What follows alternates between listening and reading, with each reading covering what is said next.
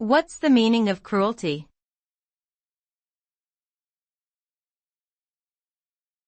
Cruelty.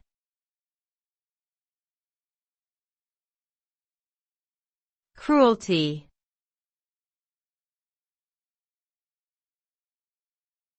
Cruelty.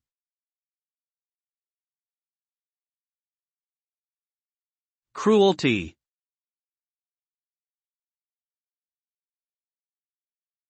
Cruelty refers to any behavior that deliberately causes harm, pain, or suffering to another being.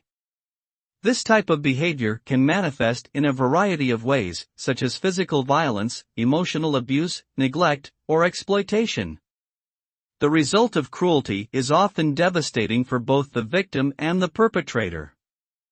For the victim, it can lead to long-lasting physical and psychological trauma, while for the perpetrator, it may result in feelings of guilt, shame, and social ostracism.